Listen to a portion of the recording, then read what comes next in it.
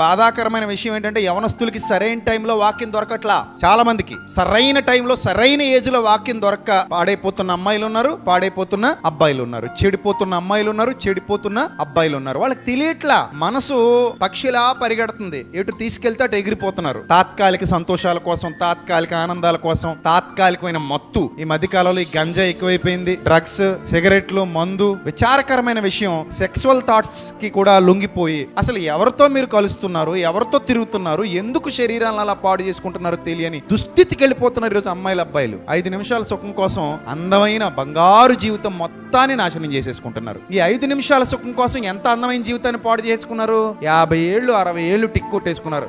నిజంగా చెప్తున్నా, ఒక అమ్మాయి ఓ రోజు ఏడుస్తూ వచ్చింది నా దగ్గరికి. నేను చదువుకుంటున్నప్పుడు మోసపోయాను, తప్పు చేశాను, ఇప్పుడు హెచ్ఐవి వ్యాధితో బాధపడుతున్నాను. అమ్మాయి వయసు ఎంత తెలుసా మీకు? 23 ఏళ్ళు. 23 ఏళ్ల వయసులో హెచ్ఐవితో బాధపడుతుంది ఒక ఆడపిల్ల అంటే అంతకంటే ఘోరమైన దుస్థితి మరొకటి ఉంటుందా? అమ్మాయి జీవితం 23 ఏళ్ళేనా? 70-80 ఏళ్ళు లేదా 100 ఏళ్ళు ఆరోగ్యంగా బతకవలసిన ఒక ఆడపిల్ల 23 ఏళ్ళకి హెచ్ఐవి రోగాన్ని తెచ్చుకొని బాధపడుతోంది అంటే ఆ టైంలో, ఆ యవ్వన దశలో ఆ అమ్మాయికి చెప్పేవాడు లేక, చెబితే అర్థం చేసుకునే స్థితి లేక, మాయ మాటలకు, మోసపు మాటలకు లొంగిపోయి ఇదే జీవితం అనుకొని భ్రమలో బ్రతికేసి ఎవరితోనో శరీరాన్ని పంచుకొని అంతే అక్కడతో జీవితాన్ని కొలాప్స్ చేసేసుకుంది, నాశనం చేసేసుకుంది. ఎంత ఏడ్చినా ఆ శరీరం లోపలికి వెళ్ళిన క్రిమి బయటికి పోయే అవకాశం ఉండదు. ఇప్పుడు అనుకుంటారు, లైఫ్ ని వెనక్కి తిప్పుకోగలిగితే, ఆ టైంకి వెళ్ళిపోయి ఆ పని చేయకుండా అక్కడ నేను ఆగిపోగలిగితే ఇప్పుడు ఈ వ్యాధితో నేను బాధపడను కదా అనుకుంటది అమ్మాయి. ఈ రోజు ఈ వాక్యం వింటున్న మీరు ఎంత ధన్యులో కదా నా చెల్లెమ్మలు. ఒక అన్నగా నేను మీకు చెబుతున్నాను, తొందరపడి 5 నిమిషాల సంతోషం కోసం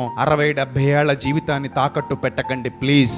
దానివల్ల నాకు మీ అమ్మా నాన్నలకు వచ్చే ఉపయోగం ఏమి ఉండదు, కానీ మీరు మాత్రం లైఫే కోల్పోతారు, లైఫే కోల్పోతారు. లైఫ్ కంటే విలువైంది ఇక్కడ ఏది లేదు. ఆ తర్వాత ఎంత ఏడ్చినా మళ్ళీ అది వెనక్కి తిరిగి రాదు. బతకలేక, చావలేక, చచ్చి బతకాల్సిన పరిస్థితి వస్తుంది. అప్పుడు చేతులు గాలిపోయాయి, ఆకులు పట్టుకోవాలన్నా ప్రయోజనం ఏమీ ఉండదు. సో అందుకే చెబుతున్నాడు, దేని చేత మన నడతను శుద్ధిపరుచుకుంటాం మనం? యవనస్తులు దేని చేత మన నడతను శుద్ధిపరుచుకుంటారు? జాగ్రత్తగా చూసుకోవడం చేతే.